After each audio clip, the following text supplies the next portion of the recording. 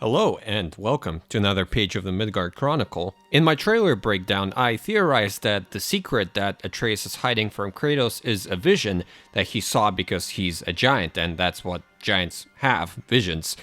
I was literally the only person who didn't realize that it actually most likely is the fact that he made some sort of deal with Odin. And I thought, oh, right, but why? Why would Atreus ally himself with the leader of the Aesir? As recently as 2 years ago in Lore and Legends, he claims that he's eager to meet and kill more Aesir. So why this change? Well, first of all, kids change. 2 years is a pretty big gap, and in the first Ragnarok trailer, Atreus says, I don't want to fight anyone. I just want answers. But that still doesn't mean Atreus would particularly want to make a deal with Odin. So why would he? Well, the first reason is the most obvious one. Odin tells Atreus something that he doesn't want to hear. He shares a vision of the future that involves the death of Kratos or even Loki's own. In the trailer, Atreus says, Who's keeping you safe?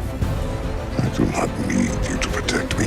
Sure about that? Which likely refers to him wanting to save his father, which is why, at least at first, Kratos and Atreus will try to stop Ragnarok, which is what Odin wants, and Atreus has to keep that a secret. Besides, Kratos keeps bickering about changing fate. Fate only binds you if you let it. What could be the reason to change someone's fate if not death?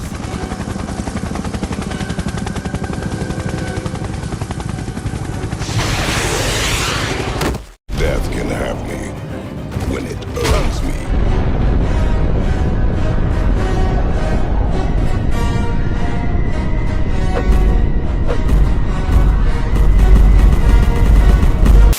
This already legendary line confirms this as well. Whatever fate Odin claims Kratos and Atreus will have to face, they will try to revert that, as is tradition for Kratos. But there could be a different reason for Odin to visit Loki, and a different way to persuade him to listen to him. Odin could be a purely antagonistic character, sure, but there could be a different side. Odin's forte is manipulation and using his knowledge. This shot of Odin arriving at the Wildwood's house is a clear parallel to this shot of Kratos from the start of the last game. To me, this signifies that Odin is presented as a father figure to Atreus in this game.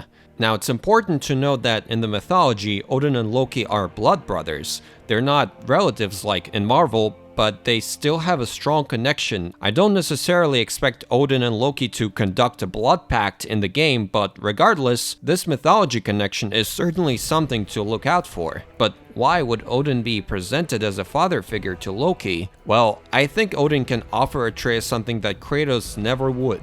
Atreus lived as a mortal his entire life, but he's a god.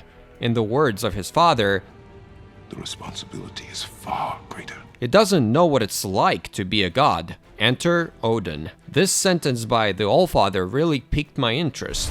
What do you even know of Godhood? In your lifetimes, has anyone ever worshipped you? Ever prayed to you? Can you even imagine that kind of love? No!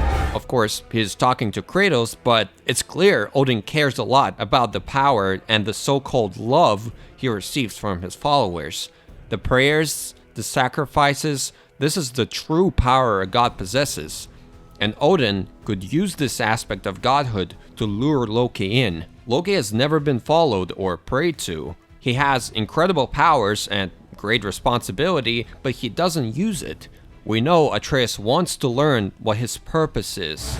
I should be out there, finding out who I am, who Loki is. And Odin can give that to him. Kratos was the father that taught Atreus how to be a warrior. Odin can be a father that can teach Loki what it's like to be a god. We know Atreus wants to learn the reach of his godhood, and he already fell victim to the power of it in the last game. And this is something Odin can exploit, to teach Atreus what it's really like to be a god, that he can be followed, worshipped, prayed to. He is a grandson of a pantheon king, and he just sits in a hut like some cowardly mortal? I can't see how this wouldn't be enticing to Atreus, and this will be the seed that grows into a conflict between Kratos and his son. Of course, Odin will get under the skin of Kratos too, prying about his Ghost of Sparta nature. You don't care about anything beyond yourself, beyond the monster who kills without cause. But we all know Loki is key in Ragnarok, and pretending to be a father figure, in my eyes, is a much stronger tactic for Odin to get Loki on his side, rather than pure blackmail. Both factors can be at play here, but along with the worrying truth about the future, Atreus could listen to Odin because of the knowledge he has and the lessons he can teach. These are my quick thoughts on why Atreus would side with Odin. I'm sure there would be others, so if you have your own ideas, please let me know. Thank you for watching, and see you next time.